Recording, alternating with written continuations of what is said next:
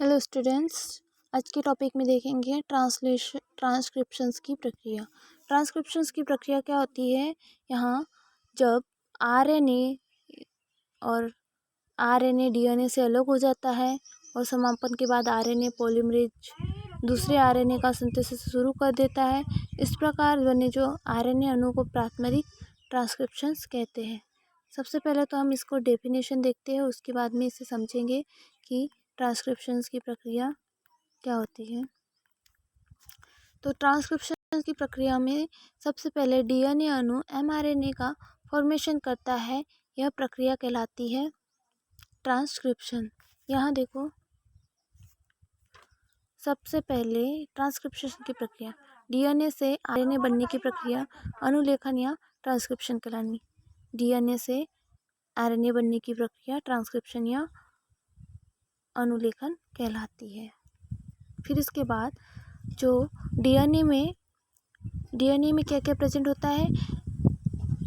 GCAT, ये protein synthesis के लिए संदेश को, और आरएनए में GCAU, मतलब जो डीएनए है उसमें नाइट्रोजन बेस या न्यूक्लियोटाइड्स कौन से होंगे?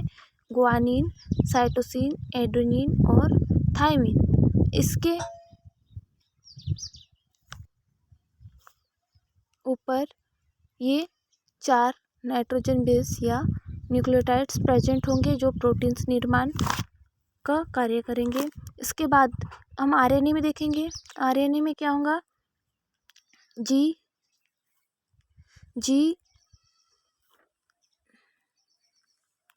GCAU, मतलब ग्वानिन, साइटोसिन्स, एडेनिन और यूरेसिल्स, ये आरएनए में प्रेजेंट रहेंगे।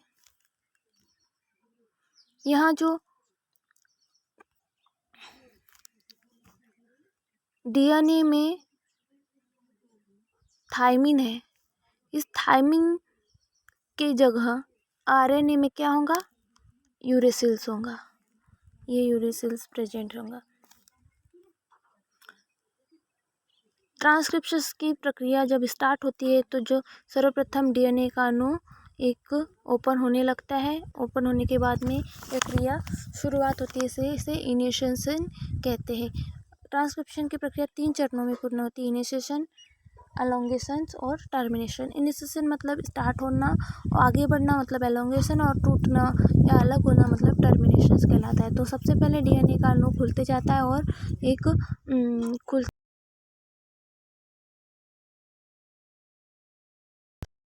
लगता है, और डीएनए के किसी एक स्ट्रैंड पर ही आरएनए या प्रोटीन्स एमआरएनए का निर्माण होता है और प्रोटीन सिंथेसिस होती है। जिस स्ट्रैंड पर ये कार्य होता है उस स्ट्रैंड को हम टेम्पलेट स्ट्रैंड कहते हैं, और यह strand 5 prime to 3 prime end या 3 प्राइम टू 5 प्राइम एंड पर होता है। इसे हम टेम्पलेट स्ट्रैंड कहते हैं। और जहाँ पर जिस स्ट्रैंड पर कार्य नहीं होता है उसे हम कोडिंग स्ट्रैंड कहते हैं।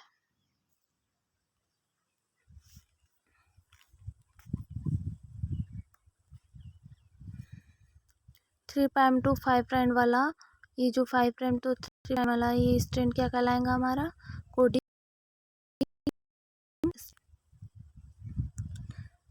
ट्रांसक्रिप्शन की प्रक्रिया में ये थायमिन के स्थान पर डीएनए में थायमिन होगा और यूरेसिल्स में आरएनए में यूरेसिल्स होगा। अब जो ट्रांसक्रिप्शन की प्रक्रिया है उसमें डीएनए से एमआरएनए बनने में सबसे अहम भूमिका कौन निभाता है? यहाँ है एक एंजाइम्स आ रहा है, उस एंजाइम्स का नाम है आरएनए पॉलीमरेज। ये डीएनए से आरएनए बनने में एक अहम भूमिका निभाता है।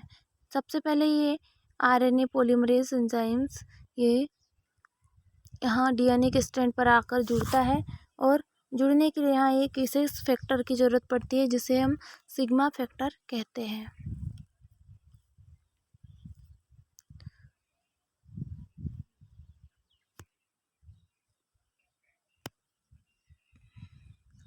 डीएनए से आरएनए बनने में एंजाइम्स पॉलीमरेज आरएनए पॉलीमरेज अहम भूमिका निभाता है। और आरएनए पॉलीमरेज को आगे बढ़ाने का कार्य कौन करता है? सिग्मा फैक्टर करता है। ट्रांसक्रिप्शन प्रोसेस स्टार्ट करने के बाद सिग्मा फैक्टर निकल जाता है, इससे इनिशिएशन फैक्टर कहते हैं। जब सिग्मा फैक्टर बाहर निकल जाता है तो इसको क्या कहेंगे हम? इनिशिएशन फैक्टर कहेंगे। डीएनए अणु से सिग्मा फैक्टर बाहर निकल जाने के बाद में जो आरएनए पॉलीमरेज आगे बढ़ता है उस क्रिया को क्या कहेंगे हम? एलोंगेशन। देखो यहाँ जब यहाँ था फर्स्ट स्टार्टिंग में आरएनए पॉलीमरेज, ये क्रिया जब आगे बढ़ी, जब सिग्मा फैक्टर बाहर निकल गया तो क्या ये प्रोसेस आगे बढ़ती गई, तो इस प्रोसेस को क्या कहेंगे हम? एलोंगेशंस की प्रोसेस कहेंगे। फिर उसके बाद जैसे जैसे आरएनए पॉलीमरेज डीएनए पर आगे बढ़ता है, डीएनए का कुंडलन या द्विगुणन होते जाता है और डीएनए जो आरएनए श्रृंखला के साथ जो राइबोन्यूक्लियोटाइड जुड़ते हैं और इस प्रकार जो आरएनए की पॉलीपेप्टाइड श्रृंखला की लंबाई बढ़ जाती है और क्या होगा? अनुलेखन की क्रिया बढ़। सबसे पहले क्या हुआ कि जो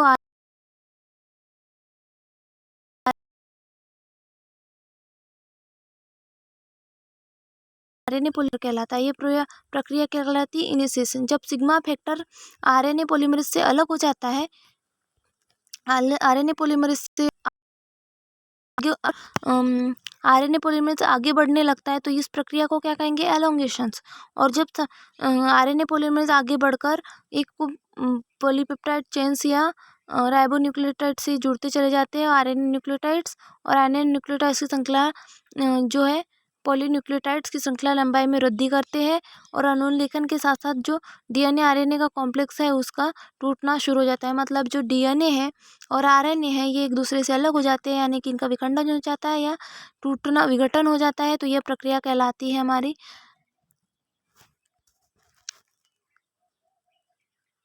आरएनए श्रृंखला डीएनए श्रृंखला से अलग हो जाती है। आरएनए तथा डीएनए दोनों अलग हो जाते हैं और समापन के बाद इस क्रिया को कहेंगे टर्मिनेशन या समापन। इस समापन के बाद आरएनए पॉलीमरेज अणु दूसरे आरएनए अणु का संश्लेषण कर देता है और इस प्रकार से आरएनए अणु को प्राइमरी ट्रांसक्रिप्शंस कहते हैं।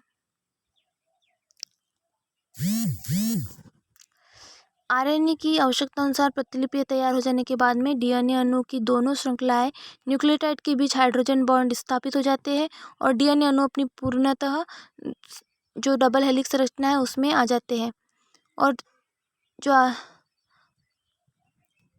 पहले इसका खुलना स्टार्ट होकर ये खुलने लग जाते थे, फिर इसकी प्रतिलिपियाँ तैयार हो जाने के बाद ये फिर से ये अपनी पूर्ण अवस्था में आ जाता है। यहाँ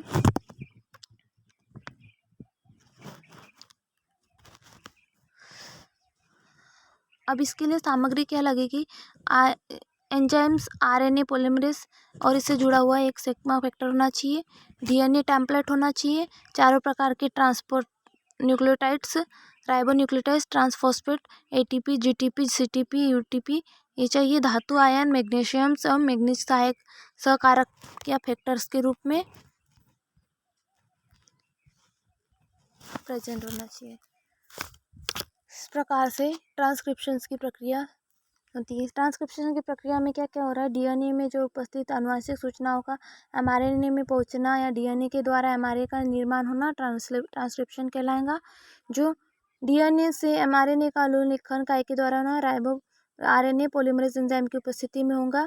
आरएनए पॉलीमरेज एंजाइम्स एक कोर एंजाइम से सिग्मा फैक्टर को मिलकर बना होता है, जो ट्रांसक्रिप्शन की प्रक्रिया में समय और आरएनए प्रक्रिया के समय आरएनए पॉलीमरेज डीएनए श्रृंखला से जुड़कर डीएनए का अकुंडलीकरण कर देता है और डीएनए के एक स्ट्रैंड में एमआरएनए के संपूरक न्यूक्लियोटाइड्स या कॉम्प्लीमेंट्री न्यूक्लियोटाइड्स का निर्माण प्रारंभ हो जाता है और डीएनए की पूरी लंबाई में गति करके एमआरएनए की एक पूर्ण श्रृंखला बना देता है।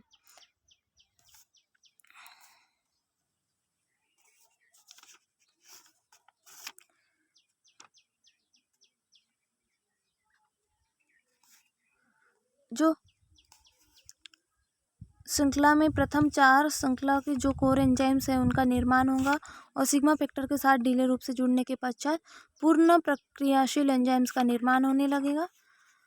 सिग्मा कारक का प्रमुख कार्य आनुवंशिक संकेतों को डीएनए अणु से पहचान करवाने के पश्चात आरएनए पॉलीमरेज के कोर एंजाइम्स का इनिशियल साइट के लिए चयन करना ये निर्देशित करता है और अंत में जो एमआरएनए के निर्माण का समारंभ होता है। एमआरएनए का समारण होते ही सिग्मा कारक डीएनए श्रृंखला से अलग हो जाता है और कोर एंजाइम्स एमआरएनए की श्रृंखला की लंबाई बढ़ने का कार्य करने लगता है।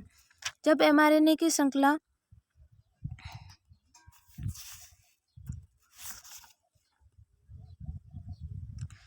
की लंबाई बढ़ने लगती है और इसे एमआरएनए की श्रृंखला की लंबाई बढ़ने का कार्य करने लगती है।